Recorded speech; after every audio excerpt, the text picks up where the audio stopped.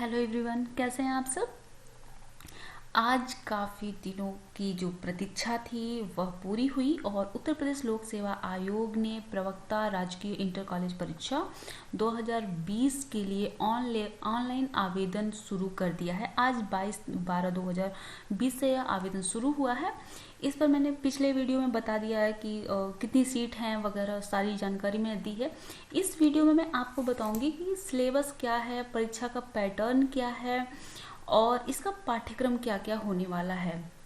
देखिए, अब तक इसमें सबसे बड़ी और सबसे खास बात क्या है, जो सबसे बड़ा बदलाव हुआ है, सबसे बड़ा बदलाव वो ये है कि इसके पहले प्रवक्ताओं की जितनी भी परीक्षाएं होती थी, यूपीपीएससी कराता था, उसमें 3 लेवल होते थे, प्री, मेंस और इंटरव्यू। लेकिन इस बार सिर्फ प्री और मेंस है, तो इंटरव्यू नहीं है।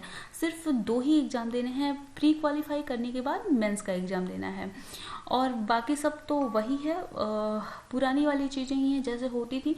लेकिन इसके बारे में मैं आपको कुछ खास बातें, कुछ खास जो चीज़ें हैं मैं आपको बताऊंगी, जैसे निगेटिव मार्किंग और न्यूनतम दक्षता मानक कितना होना चाहिए, SC/ST के लिए न्यूनतम दक्षता मानक क्या है, और जनरल, EWS और OBC वालों के लिए न्यूनतम दक्षता मानक क्या है, इन सब के बारे में हम इसमें बात करेंगे।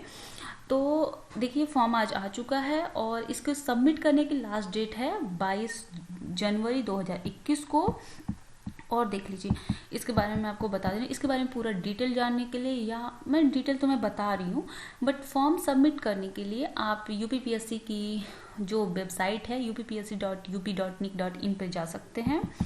और अगर आप EWS के आधार पर फॉर्म भरना चाहते हैं तो प्लीज़ पहले EWS का सर्टिफिकेट बनवा लीजिए, क्योंकि अगर आपने उसे नहीं बनवाया और पहले ही से मैंने पिछले वीडियो में भी बताया था कि अगर EWS सर्टिफिकेट बनवाने के पहले ही आपने ये फॉर्म फिल कर दिया और उसके बाद अगर आप EWS सर्टिफिकेट बनवाते हैं तो मान्य नहीं होगा। तो चलिए आगे बात करते हैं। 1473 सीटें हैं, जिसमें पुरुष वर्ग के लिए 991 और महिला वर्ग के लिए 482 सीटें हैं। काफ़ी अच्छी सीटें हैं। इस वैकेंसी में ना दुख सिर्फ उन लोगों को है जो BSc बायो से करने के बाद और जिन्होंने MSc जूलॉजी या बॉटनी से ना करके किसी और विषय से कर लिया, जैसे कि माइक्रोबायोलॉजी से कर लिया, बायोकेमिस्ट्री से कर लिया, उनके लिए दुख की घड़ी है। वे अपने को सांत्वना दें और अपने आप को समझाएं, क्योंकि वे यह फॉर्म नहीं भर सकते। बाकी सभी लोग ये फॉर्म भर ही सकते हैं जिन्होंने स्नातकोत्तर किया है, मतलब PG जिन्होंने भी किया है। बाकी वे लोग अपने अपने सब्जेक्ट के अनुसार फॉर्म भर सकते हैं। तो आइए देख लेते हैं इसमें। देखिए, इसमें जो परीक्षा का केंद्र होगा ना, परीक्षा सिर्फ 2 ही जगहों पे होगी, इलाहाबाद और लखनऊ। सिर्फ 2 जगहों पे परीक्षाएं कराई जाएंगी, बाकी किसी जिले में नहीं होंगी। तो सिर्फ इलाहाबाद और लखनऊ में ही होंगी। वहाँ पर उसी जिले में ढेर सारे परीक्षा केंद्र बनाए जाएंगे और एग्जाम कराए जाएंगे। और जो परीक्षाएं होंगी ना, इसमें देखिए यहाँ पर लिखा हुआ है, साफ लिखा हुआ है कि उत्तर प्रदेश लोक सेवा आयोग राजकीय इंटर कॉलेज मुख्य परीक्षा 2020 में प्रवेश के लिए उपयुक्त अभ्यर्थियों का चयन करने हेतु इस विज्ञापन के परिशिष्ट 2 में उल्लिखित जिलों के विभिन्न परीक्षा केंद्रों में एक प्रारंभिक परीक्षा का आयोजन करेंगे। चयन मुख्य परीक्षा में प्राप्त कुल अंकों के योग के आधार पर होगा। ठीक है, तो जो प्रीलिम्स है ना, वो प्रीलिम्स किस लिए हो रहा है? स्क्रीनिंग के लिए ही हो रहा है, सिर्फ स्क्रीनिंग के लिए है प्रीलिम्स। और जो चयन प्रक्रिया है, वो चयन प्रक्रिया मुख्य परीक्षा जो होगी, मुख्य जो परीक्षा होगी लिखित, मतलब मेंस के एग्जाम जो होगा, उसके अंकों के योग के आधार पे होगा, मतलब मेरिट उसकी बनाई जाएगी और उसके आधार पे होगा। परीक्षा की तिथि और केंद्र की सूचना, ये तो जानने की बात है कि इसकी सूचना बाद में अभ्यर्थियों को दी जाएगी।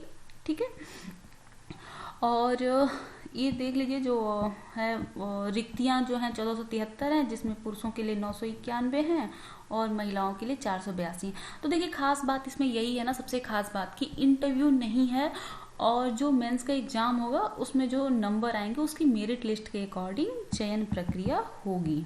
ठीक है, मतलब और सबसे काफ़ी सीटें इस बार काफ़ी ज़्यादा हैं। और इसके बाद हम बात कर लेते हैं थोड़ी सी।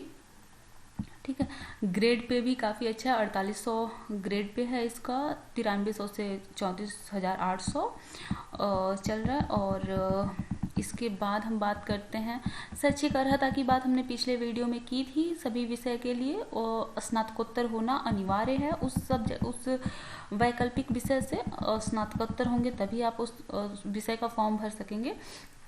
अब देखिए, जो इसमें हम बात कर रहे हैं मेन एग्जाम, प्रीलिम्स एग्जाम्स की ही हम बात कर रहे हैं इसमें। तो जो प्रीलिम्स एग्जाम होगा वो ऑब्जेक्टिव होगा और जो मेंस होगा वो रिटन होगा। तो जो प्रीलिम्स एग्जाम में जो लोग क्वालिफाई करेंगे ना, उतने मतलब जितनी सीटें हैं, जैसे कि अगर हम बात करें मेन, हमारे पास सीटें अगर एग्जाम में चयन के लिए जो सीटें हैं, उन सीटों से 13 गुना अधिक विद्यार्थियों को लिया जाएगा। जैसे कि मान लीजिए यहाँ पर गृह विज्ञान है, गृह विज्ञान में महिलाओं की 10 सीटें हैं, तो 10 सीटों का 13 गुना, ठीक है, इतने लोग मेंस परीक्षा दे पाएंगे। ठीक, तो ये चीज़ यहाँ पे कही गई है कि मेंस में वही लोग जा पाएंगे, मुख्य परीक्षा वही लोग दे पाएंगे जो काफ़ी अच्छा, जिनका नंबर होगा। तो ये काफ़ी मतलब काफ़ी अच्छा है। देखिए यहाँ पे प्रारंभिक परीक्षा के आधार पर मुख्य परीक्षा में प्रवेश हेतु रिक्तियों के 13 गुना अभ्यर्थी सफल घोषित किए जाएंगे। ठीक है, तो जितनी भी रिक्तियां, जैसे कि मैंने दिखाया कि गृह विज्ञान में अगर 10 रिक्तियां हैं तो उसके 13 गुना अभ्यर्थी मेंस परीक्षा के लिए घोषित किए जाएंगे सफल। ऐसे अभ्यर्थी जो पद के लिए निर्धारित अर्हकारी परीक्षा में सम्मिलित हो रहे हैं, वे इस परीक्षा में आवेदन न करें। तो यहाँ पर कहने का मतलब ये है कि जिनके पास डिग्री है ना स्नातकोत्तर की, मतलब पीजी की डिग्री जिनके पास है, सिर्फ वही लोग इस एग्जाम का फॉर्म भरें। जिनके पास अभी डिग्री नहीं है, मीन्स कि जो लोग अभी एग्जाम देने वाले हैं इस सत्र में, वे लोग फॉर्म न भरें। इसका कहने का मतलब यही है कि जिन्होंने क्वालिफाई कर लिया एग्जाम, सिर्फ वही लोग एग्जाम ये फॉर्म भरें। ठीक है, अगली बात इसमें जो खास है वो ये है जानने वाली कि प्रारंभिक परीक्षा के वस्तुनिष्ठ प्रश्नकारक प्रश्न पत्रों में गलत अंक होने पर, मतलब कि निगेटिव मार्किंग है, सीधा सुनिए, निगेटिव मार्किंग है इसमें। और निगेटिव मार्किंग जो है ना 1/3 है। ठीक है, मतलब कि 0.33 है निगेटिव मार्किंग। ठीक, यदि कोई उम्मीदवार ये तो जानते ही हैं कि एक से अधिक आंसर अगर दे देते हैं तो उसे गलत माना जाएगा, और गलत माना जाएगा तो 1/3 नंबर कट जाएंगे। और अगर आंसर नहीं देते हैं तो कोई भी अंक नहीं कटेंगे। और सबसे खास बात इसमें ये जान लीजिए, अनुसूचित जाति तथा अनुसूचित जनजाति अभ्यर्थियों के लिए न्यूनतम दक्षता मानक 35% रखा गया है। मतलब कि जितने नंबर हैं, जितने क्वेश्चन हैं, जितने नंबर आ रहे हैं, उनका अगर 35% से कम कोई पाता है, अगर वह SC और ST है, तो वह फेल होगा। ठीक है, बिल्कुल, मतलब वह चयन सूची में सम्मिलित होने के लायक नहीं होगा।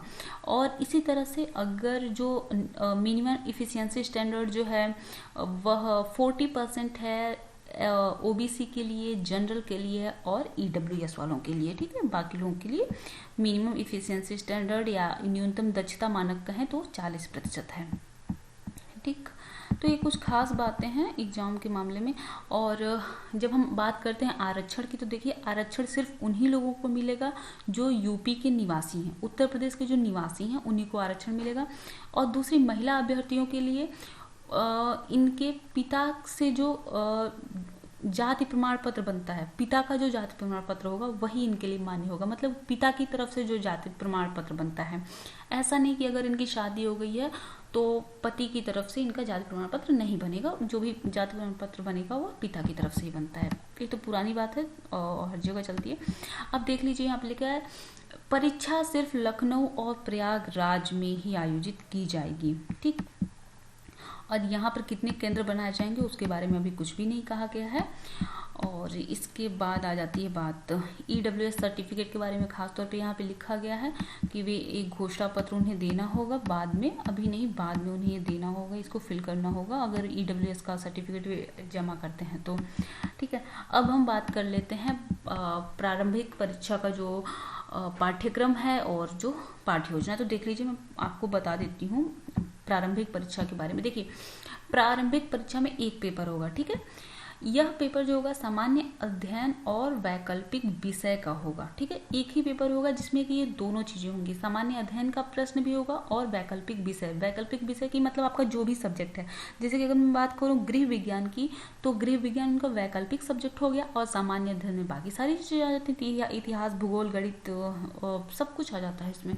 तो इसमें क्वेश्चंस जो होंगे ना, क्वेश्चंस की संख्या होगी 120, टोटल क्वेश्चन होंगे 120, और 120 क्वेश्चन में सामान्य अध्ययन के सिर्फ 40 क्वेश्चन होंगे, 80 क्वेश्चन वैकल्पिक विषय के होंगे। ये सबसे अच्छी बात है कि अगर आपका अपने सब्जेक्ट पे पकड़ है ना, तो आप इसमें काफ़ी अच्छा कर सकते हैं, क्योंकि 80 क्वेश्चन वैकल्पिक विषय के हैं और सिर्फ 40 क्वेश्चन है सामान्य अध्ययन की।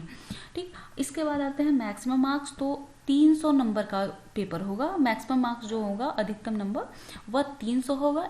इसका मतलब कि एक क्वेश्चन 2.5 नंबर का है। ठीक है, एक क्वेश्चन 2.5 नंबर का है, तो बहुत ही सोच समझ के देने लायक है, क्योंकि 1/3 निगेटिव मार्किंग भी है, और जो टाइम ड्यूरेशन है ना, वो 2 घंटे का है। मेंस की एक क्वेश्चन करने के लिए आपको 1 मिनट का टाइम मिलता है। आप ऐसे समझ सकते हैं, 120 क्वेश्चन हैं और 120 मिनट मिल रहे हैं, और 300 नंबर मतलब 2.5 नंबर का एक क्वेश्चन है।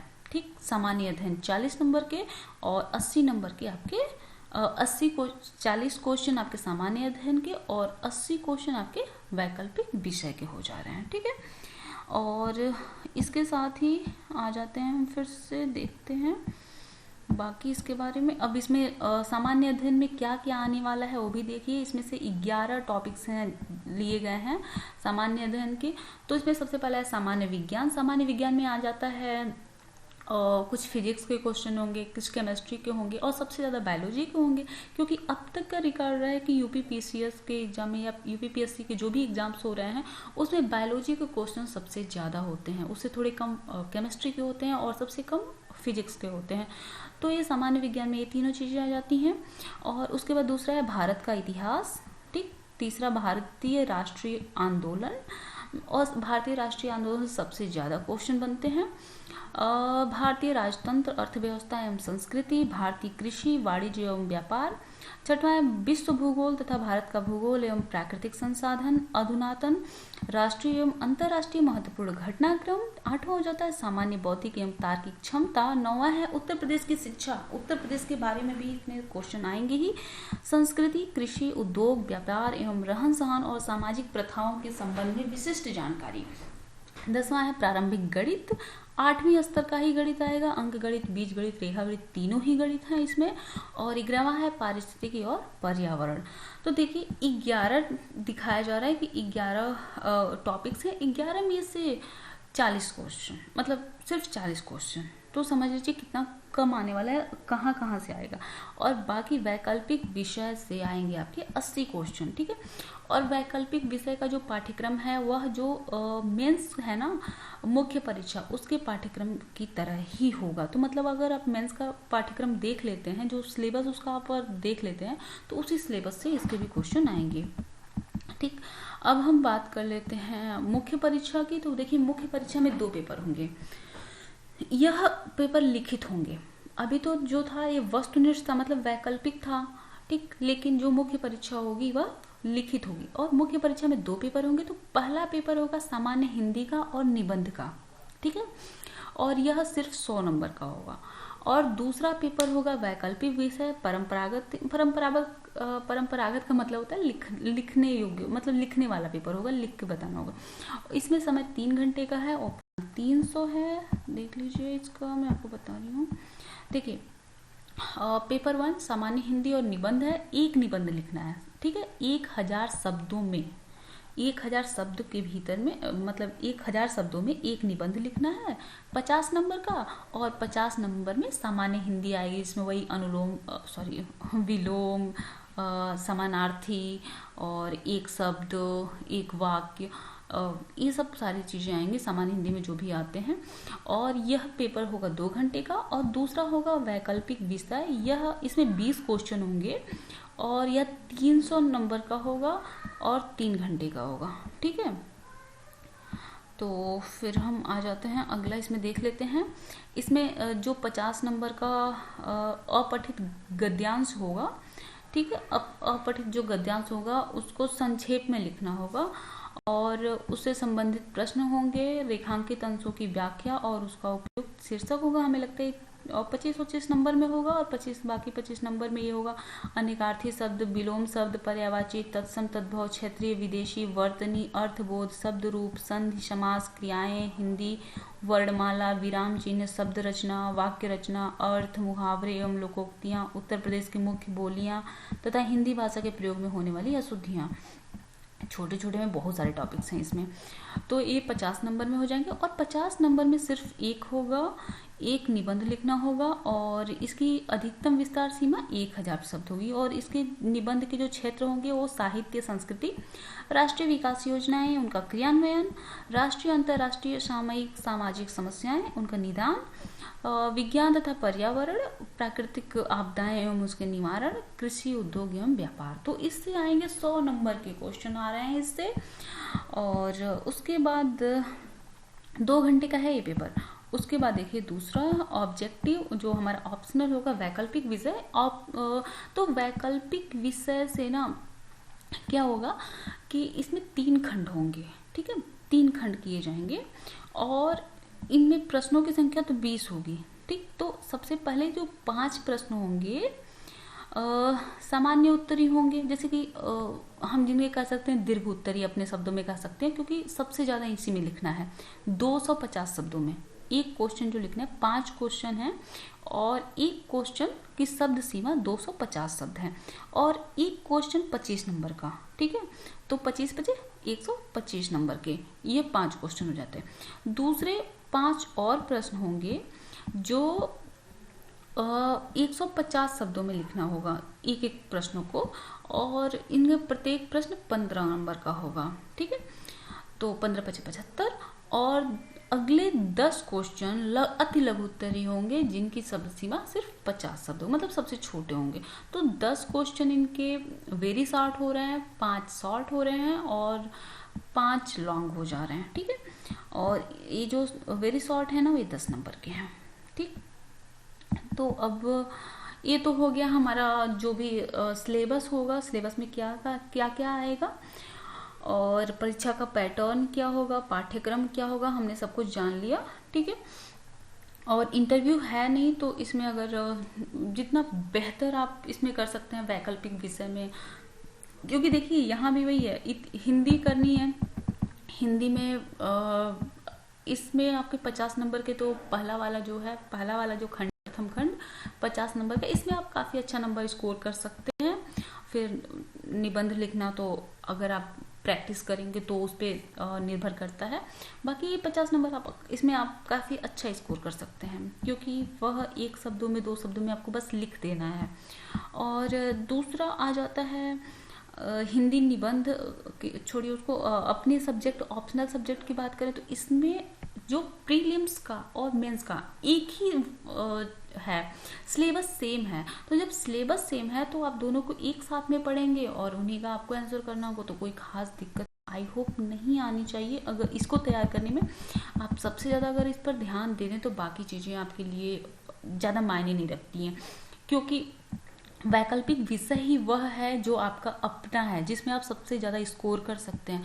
बाकी अगर मान लीजिए अगर आप 80 क्वेश्चन आ रहे हैं आपके अपने सब्जेक्ट के, सिर्फ 40 क्वेश्चन आ रहे हैं इसके सामान्य अध्ययन के, तो सामान्य अध्ययन में आप किस टॉपिक पर ज़्यादा ध्यान दें ये आप नहीं कर सकते, क्योंकि बहुत ज़्यादा टॉपिक हो जाते हैं।